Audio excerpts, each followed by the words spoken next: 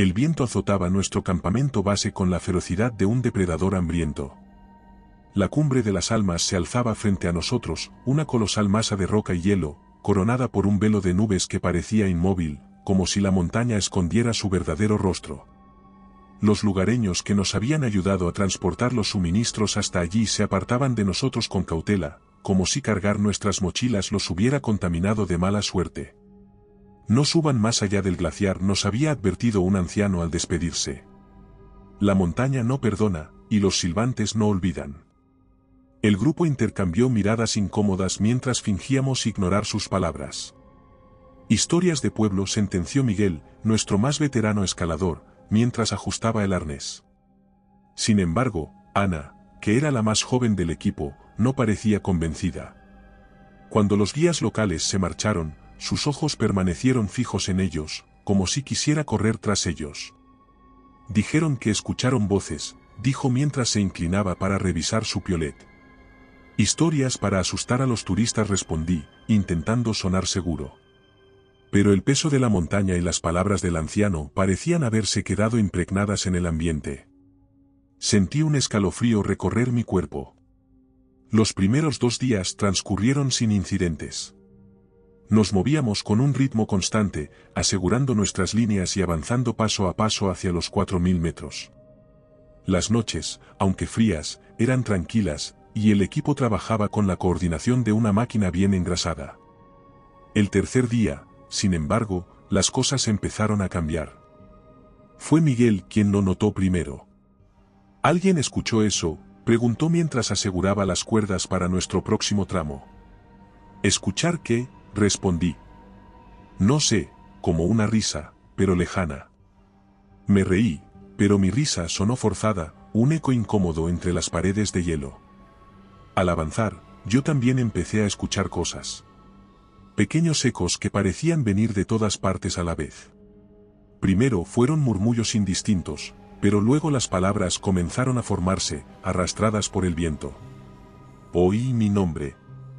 Marcos, traído por el viento, como si alguien conocido me llamara. Intenté ignorarlo, atribuyéndolo al cansancio y a la altitud, pero esa noche, mientras nos refugiábamos en las tiendas, no pude evitar mencionarlo. ¿Alguien más ha escuchado voces?, pregunté, intentando sonar casual. Todos guardaron silencio, pero finalmente fue Andrés quien respondió. Yo también las escuché, dijo, en voz baja. Pero pensé que era solo mi mente jugándome una mala pasada.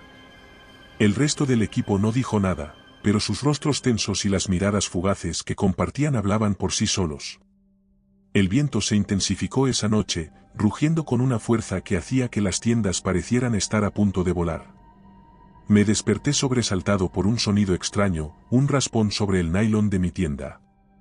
Me quedé inmóvil, conteniendo la respiración. El sonido volvió, como si algo o alguien estuviera arañando desde afuera. ¿Andrés?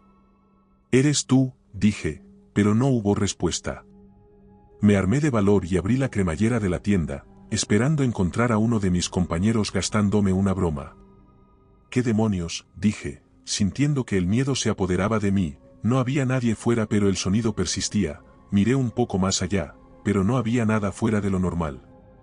En ese momento, un silbido suave y constante llenó el aire, como si el viento estuviera intentando comunicarse. De alguna manera, ese sonido era peor que las voces, tenía una cualidad antinatural que me hizo sentir expuesto, como si algo me estuviera observando desde la oscuridad. Regresé a mi tienda, cerrando la cremallera con manos temblorosas, y pasé el resto de la noche en un duermevela, escuchando cómo el viento parecía jugar con nosotros, llevando risas y sonidos de tienda en tienda. El amanecer no trajo el alivio que esperábamos.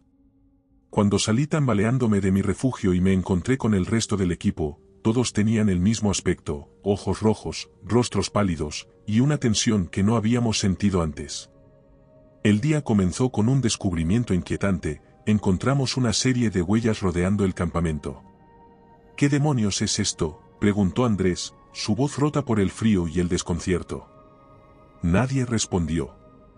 Eran huellas humanas, eso era innegable, pero ninguna correspondía a las botas de nuestro equipo. Eran más grandes, profundas, como si la nieve hubiera cedido ante un peso imposible. Probablemente algún animal. Los zorros también pueden dejar huellas que parecen humanas, dijo Miguel, intentando mantener la compostura. Su tono, sin embargo, carecía de la confianza con la que solía hablar. Todos sabíamos que ningún zorro, por grande que fuera, podría haber dejado rastros como esos. La tensión en el grupo era evidente cuando iniciamos la jornada. Ana, que hasta entonces había mostrado una mezcla de nerviosismo y determinación, parecía especialmente distraída. Constantemente miraba por encima del hombro, como si esperara ver algo acechándola. «Todo está bien, ¿verdad?», me preguntó cuando hicimos una breve pausa para ajustar los arneses. «Claro que sí», mentí. Hacia el mediodía, mientras nos preparábamos para montar un nuevo campamento, la más joven se alejó para colocar las estacas que asegurarían las tiendas. La perdimos de vista solo por unos minutos. Entonces, un grito desgarrador rompió el silencio. «Ana», gritó Andrés, y salió corriendo hacia la dirección del sonido. Lo seguimos a toda prisa, pero cuando llegamos al lugar, solo encontramos su equipo tirado junto a un risco. Su casco, su arnés y una estaca estaban esparcidos como si alguien los hubiera arrancado con violencia.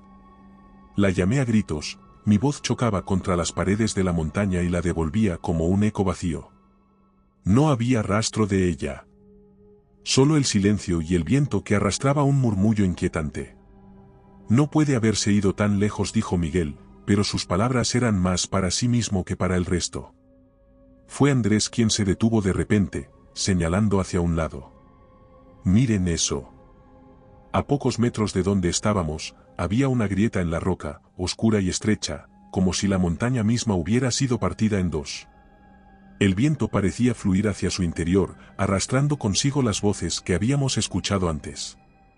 «No entremos ahí», dijo el más veterano, su rostro pálido y su voz tan baja que apenas se escuchaba.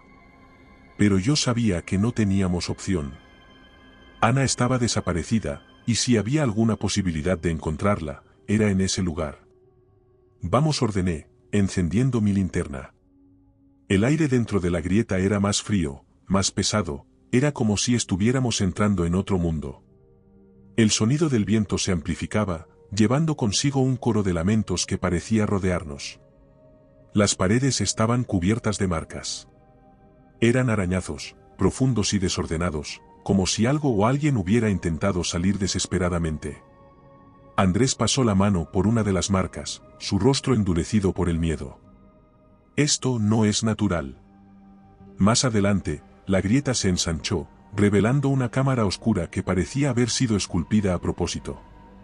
En el centro había un altar rudimentario, hecho de piedra y cubierto de huesos. Algunos eran antiguos, ennegrecidos por el tiempo, pero otros parecían recientes. También había restos de ropa desgarrada y equipo de escalada que estaban esparcidos entre los huesos. «Dios mío», dijo Miguel, retrocediendo unos pasos.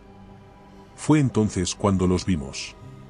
Al principio, eran solo sombras, moviéndose a lo lejos en la penumbra.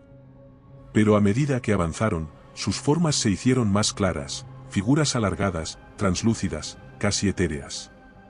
Sus cuerpos parecían estar hechos de humo y cristal, y cuando se movían, emitían un ruido, un sonido constante, similar a un silbido que se metía por los oídos y entraba en la mente. «Los silbantes», dijo Andrés, con la voz apagada. Una de las criaturas se acercó más, y por un instante, vi su rostro.